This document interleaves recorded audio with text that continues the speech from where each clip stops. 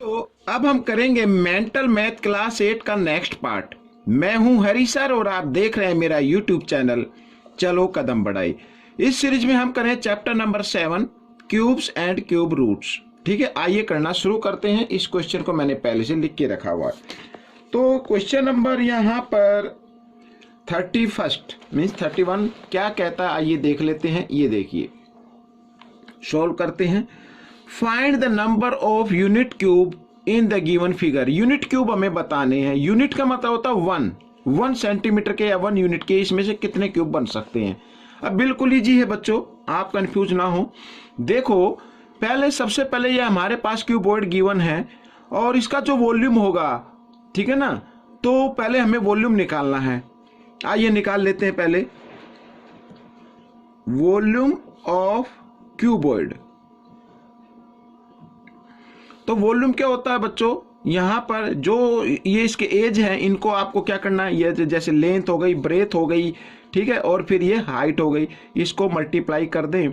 5 3 जा 15, 15 4 जा 60 सेंटीमीटर क्या आ गया, ये सॉरी वॉल्यूम है ना, तो क्यूब आ गया 60 सेंटीमीटर क्यूब, ये वॉल्यूम आ गई बच्चों यहाँ पर। तो हमें इसमें से 1 यूनिट के कितने क्यूब मिलेंगे, 1 यूनिट के 60 क्यूब ही मिलेंगे। ठीक है बच्चों, तो यही आपका आंसर रहेगा।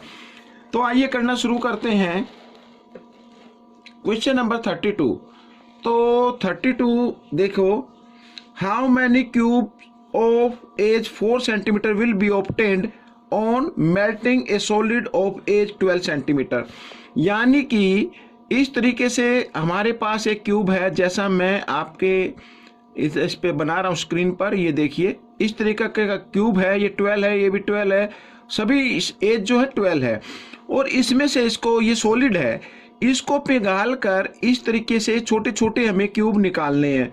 तो कितने क्यूब बनेंगे, तो बिल्कुल इजी है बच्चों। हमें करना क्या होगा, volume of big cube divide volume of small cube. ठीक है, तो नंबर ऑफ क्यूब आ जाएगा। ठीक है, आइए करना शुरू करते हैं। नंबर ऑफ क्यूब्स, तो फॉर्मूला क्या होगा,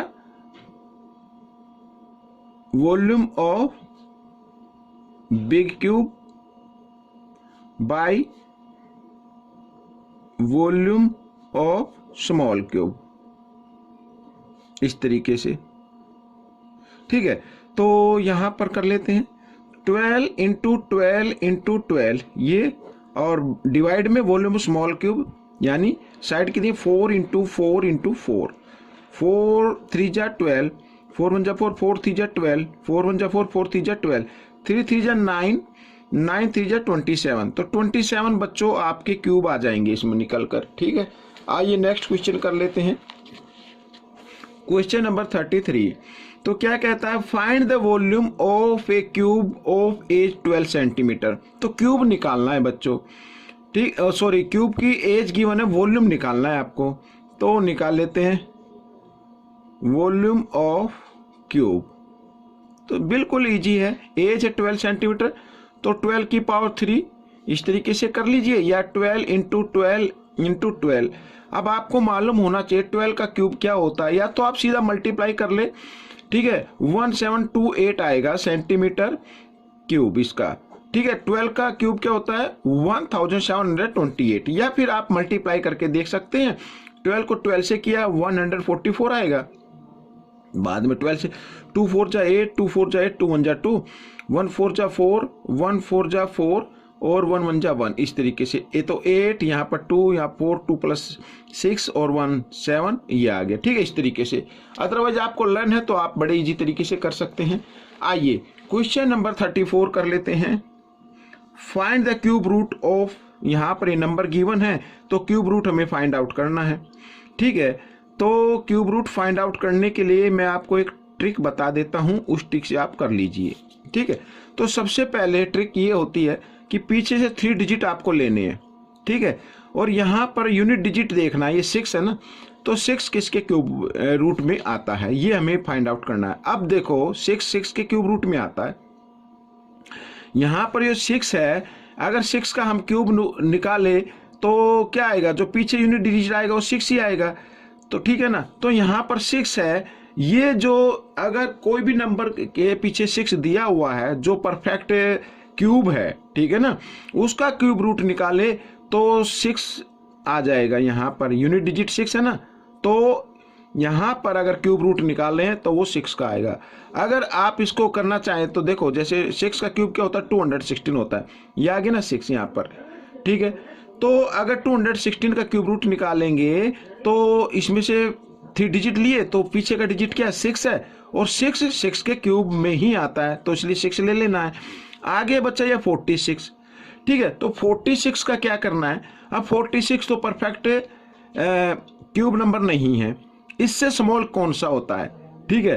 अब देखो, अगर हम 3 का ले, 3 का क्यूब क्या होता है, 27 होता है, ठीक है ना। तो इससे परफेक्ट जो क्यूब नंबर होता है 27 होता है, और 27 का क्यूब रूट क्या होगा, 3 होगा। तो यहाँ पर 3 लिख दीजिए, तो यही आपका आंसर बन जाएगा, ठीक है। इस टॉपिक पर मैं और वीडियो बनाऊंगा, एक स्पेशल वीडियो जल्दी बनाऊंगा, तो आपको और अच्छे से समझ में आ जाएगा, ठीक है। तो आइए करना शुरू करते हैं नेक्स्ट क्वेश्चन।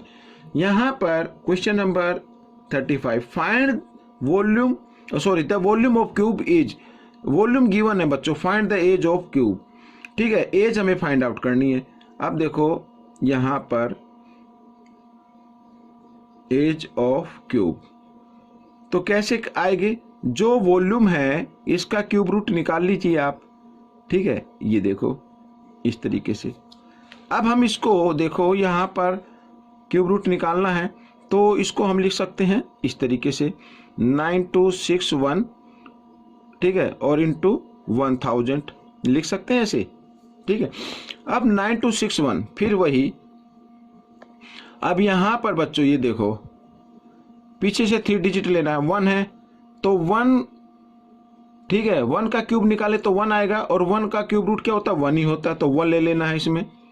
आगे बचा 9, अब 9 is not a perfect cube number, ठीक है, ये परफेक्ट क्यूब नंबर नहीं है। तो इससे कम कौन सा होता है, इससे कम होता है 8 का क्यूब रूट क्या होगा, 2 होता है।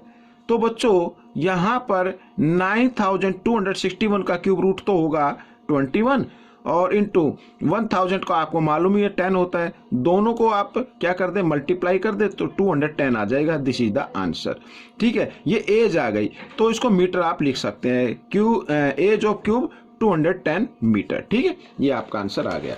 आइए क्वेश्चन नंबर 35 कर लेते हैं, तो सॉरी 36 है यहाँ पर। अब देखो बिल्कुल इजी है। अब देखो मेंटल मैथ में आपकी कोई भी क्विज होती है तो इस तरीके से क्वेश्चन आते हैं ताकि बच्चे आसानी से कर पाए, लेकिन थोड़ा सा कंफ्यूजन में डाल देते हैं। अब find the cube root of, cube root find out करना। अब हम कई क्वेश्चन कर चुके हैं। अब 1728 का क्यूब रूट क्या होता है, 12 होता है, लेकिन माइनस का तो माइनस का साइन लगा देंगे, इंटू, और 125 का क्या होगा, 5 होगा, दोनों को मल्टीप्लाई कर दीजिए 60 - 60, तो ये बच्चों आंसर आ गया, ठीक है। आइए नेक्स्ट क्वेश्चन कर लेते हैं। अब नेक्स्ट क्वेश्चन में find the number of 1000 find out करने हैं, कितने 1000 होते हैं। अब बच्चों देखो 1000 यानी 0 आनी चाहिए पीछे इस तरीके से, और 0 5 और 2 के फैक्टर में ही आती है, यानी 5 और 2 के मल्टीपल्स में, फैक्टर नहीं सॉरी मल्टीपल्स में, ठीक है। अब जैसे यहाँ पर ये आ गया 24, अब 5 2 जा कितना होता है, पहले इनको मल्टीप्लाई कर लीजिए, 10 होता है बच्चों, और पावर कितनी है 4, तो इसमें 4 0 होनी चाहिए, 1 2 3 4 इस तरीके से, समझ में आ गया। तो ये 1 2 3 4, अब हमें इसको कर देना मल्टीप्लाई, 24 1 जा 24, और 4 0 हैं, ये लगा दी मैंने 4 0। अब 1000 बताने हैं, 1 10 100 1000, 1000 कितने हैं, 240,000 आ गए बच्चों, ठीक है। तो यहाँ पर मैं लिख देता हूँ इस तरीके से, ये आ गए 240,000। अब नेक्स्ट क्वेश्चन भी कुछ इसी तरीके से है, लेकिन उसमें 100 फाइंड आउट करना है। ये देखिए, find the number of 100 in 14 into 2 की पावर 4 इंटू 5 की पावर 2। तो मैंने आपको बताया जो 10 आएगा वो 2 और 5 के मल्टीपल्स में ही आएगा, ठीक है।